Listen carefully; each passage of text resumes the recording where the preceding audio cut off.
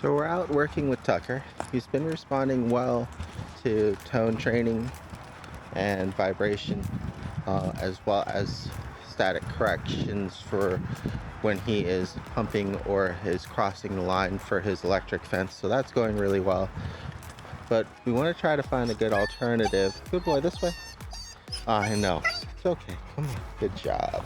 I want to try to find a good alternative way that we can just have him follow us on the leash without additional pressure, because he's right now really used to just kind of pulling through on his flat leash, and it requires either popping the leash, turning around, or adding a tremendous amount of force for him to even notice.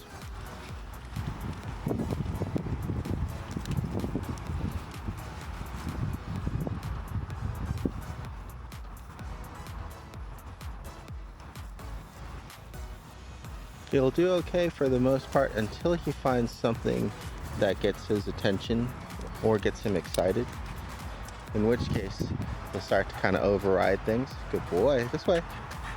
Yes, good job. And we're trying to work on him still with that positive reinforcement and getting him used to acknowledging that pressure instead of just kind of forcing his way through it to get to what he wants.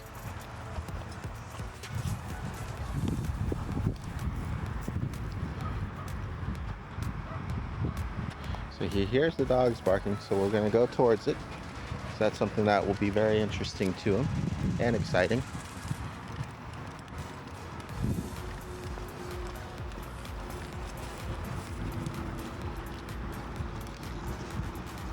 On the way there, he caught something on his nose. Good boy. Okay. So starting to pull, right? He feels the leash pressure, and instead of immediately responding and turning back, checking in, stopping, any of those things, he decides to just pull right through that pressure to get to what he's interested in. And what that does, it forces the handler to pop his collar. Good boy. Right?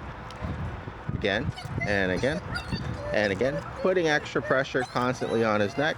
He's really not able to refocus. Good boy. This way. Yes, good job. Right? Without a lot of effort. Good boy, I know. Good job. This way, big guy. Right? And even when we do get his attention, it's a lot more momentary instead of sustained. Good boy. There we go. Until we can get him far enough away from what he's interested in so that he can concentrate on finding the next thing. In which case, he's just found something with his nose, and he's back to disregarding the leash pressure, right? And pulling through it on the flat.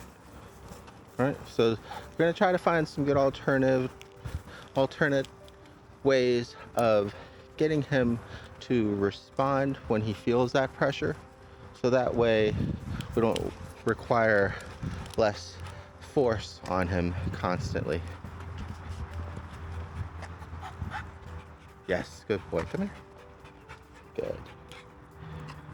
So first up is the gentle lead. This is helpful because it'll take the extra force that he applies when he pulls and puts it on the front of his muzzle as opposed to on his neck, where he's very much so used to that pressure. Right? But at the same time, if we keep to the guidance of loose leash walking, it shouldn't cause him any discomfort if he's walking with a loose leash. Right? There's no additional pressure. The only downside, as you can start to see here, is that he definitely recognizes it being on his face, and it's just something that he's not used to. There's no added clamp pressure or anything keeping him from being able to open and close his mouth, especially in the summertime. It'll be important that they're able to pant, drink water, and of course take treats while we're training. Good boy. Right? You can see how loose it is. Good boy. The benefit to this is now that if he starts to find something else of interest and starts pulling towards it, his own force will work against him. And we don't have to do any extra force. Our job is to try to keep loose, nice and loose, right? And then you can kind of see there, good boy. Yes, good job. And then reward him when he redirects, follows us again, and release that tension. Good boy. We can keep them in a closer heel so long as there's still slack on the leash. And this way there's still no pressure being applied as well. And we're going to try to see if those dogs are still outside and see if it'll be easier to get his attention back. And now he's starting to drift a little bit. Good, comes back in. And like I said, one of the downsides with this is it will take time for him to get used to having something on his face, because for most of his life he's probably not ever had something on his face. Tucker. Good boy. Come, big guy. Come. Good boy. All right. So now before, when we had to use a lot of force and pressure to get him to go in our same direction, we were using less force, but it's much more directed. Right? So now he wants to go that way, but he's going to pull against it, and it's going to cause discomfort. Good boy, this way. But he can relieve that discomfort by refocusing and following us. Good boy.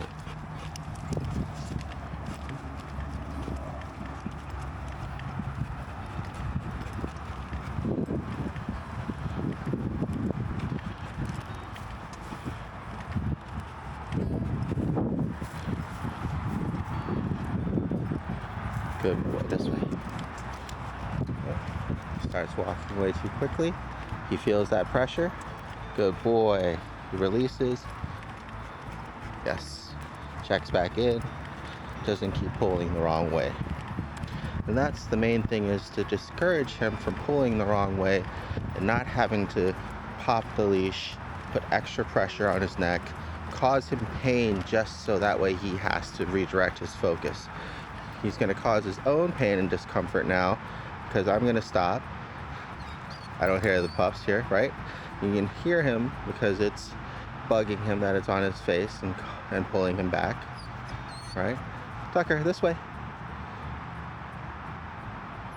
But he's not pulling through it anymore, right? He's stopping. He's crying because he wants to go and play with the pups. I don't think they're even there anymore. Oh, there they are, right? So much different reaction from the last time. We'll go ahead and get him over here. So now we're gonna use a little bit of walking force. This way, Tucker. Right, good boy, this way. To get him to follow too. And he's trying to fight it like he does the leash on his flat collar. But it's a lot harder for him to, right? Because of where that pressure is. Good boy. And so with me using less pressure, just slowly backing up, good boy, I'm able to get his attention back. It's still difficult for him because he really wants to go towards those dogs and play with them. But now we don't have to do any sudden jerk forces. Just slowly apply some pressure, and then he understands how to release that pressure. You can see here, he's not even interested in the treats anymore, because he just wants to go and play with the dogs. That's how focused he is on those pups, as opposed to us or any kind of reward that we have. Good boy. And you can kind of see the benefit of using something like this as opposed to just using additional force or sudden force on his neck. Good job, big guy. Same thing here. Yes, good boy. Gonna go ahead and give him a break. We'll try the last thing. And next up, it's easier to show without it being on him yet, is just a traditional slip lead. We have 2 brackets on this one that helps to keep it from choking too far into him, right? It'll be secure enough that he won't be able to slip out, and you can adjust it to correct him if necessary to a degree by pinching into him. But also at the same time, it has the usual backup one as well, so it can't just slip off around his neck. This just keeps it from getting too loose. So when he is following us, it'll be nice and loose. When he starts to pull, it'll pull into itself, and that will be the thing that causes him to recognize that leash pressure again. We want to sit it high up on his head to help with guiding him, and I'm going to try to keep him both close by as well as further away to see how he reacts. Boy. And this is what it's going to look like when it's on him. We want it situated high up on his head with enough space that it is loose if he's not pulling, right? But enough space to move in if he does start to pull, for a correction and to make it tighter for him so he understands that pressure. Let's try this out. Okay, I'm going to try to keep him back. Good boy.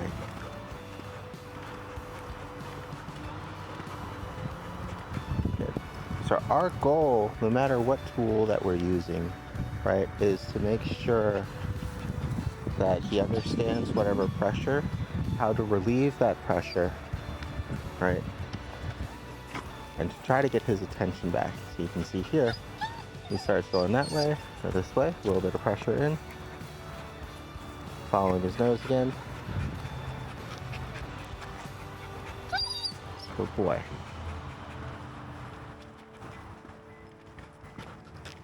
Right here, find something interesting, he starts going towards it, right? He feels that pressure, he stops. He's not pulling through it. Good boy. Same thing here.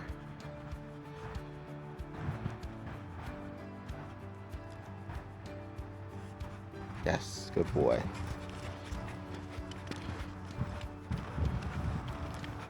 Good.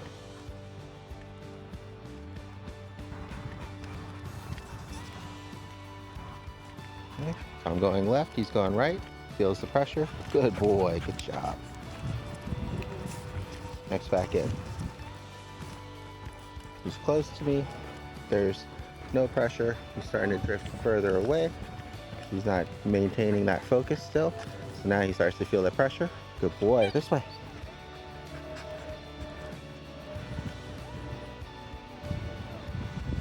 Good.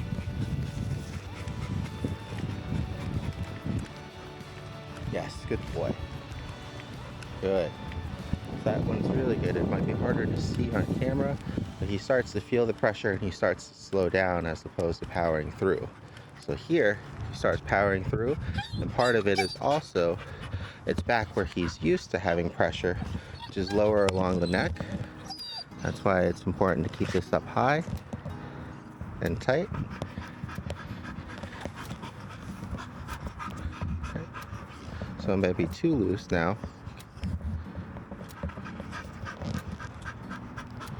Okay. So we'll try again. Gonna lift it up. Good.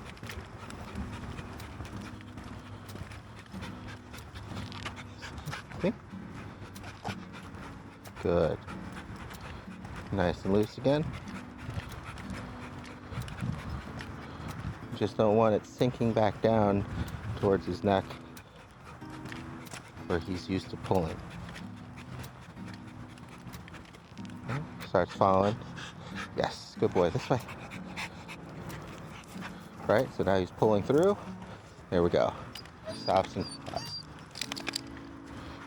Good boy. Yes, good job. Now he's offering focus again.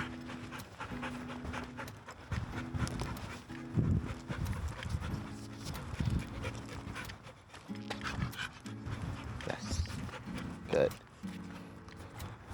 And the goal for, like I said, this round is to just see how we can get him to respond with less effort. Okay. because the more effort that it takes, usually the longer that it also takes. So we lose that learning opportunity. We want him to know when he's doing the right thing, when he's doing the wrong thing. Good boy. Yes. Right, so when he's pulling to get to something that he wants to get to, this is a much more immediate correction to that. Whereas with the leash, he's just so used to pulling through it and not even kind of seeing that pressure as any kind of correction at all.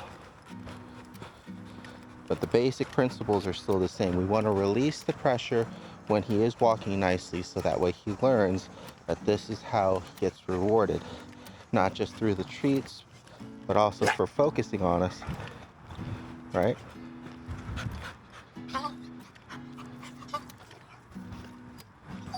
Good boy. Yes, good job. I know. Good. Because if we just allowed him to continue pulling, whether it's on this or whether he keeps fighting the head halter, then he can just get used to those things just like he could getting used to pulling on his flat collar, on any prong collar, anything at all. So it's important, especially since we have the opportunity, good boy, to getting him accustomed to something new that he's uncomfortable with. We want to try to take full advantage of that to make sure that we're consistent with the rest of the training. Good boy. Good job, Tucker. Good job. Wait. Yes, good job. Good boy. I know. You did good. Sit. Good boy.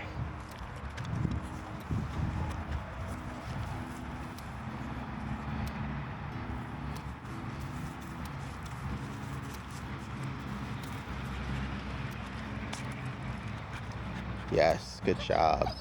Good boy. There you go. Good job.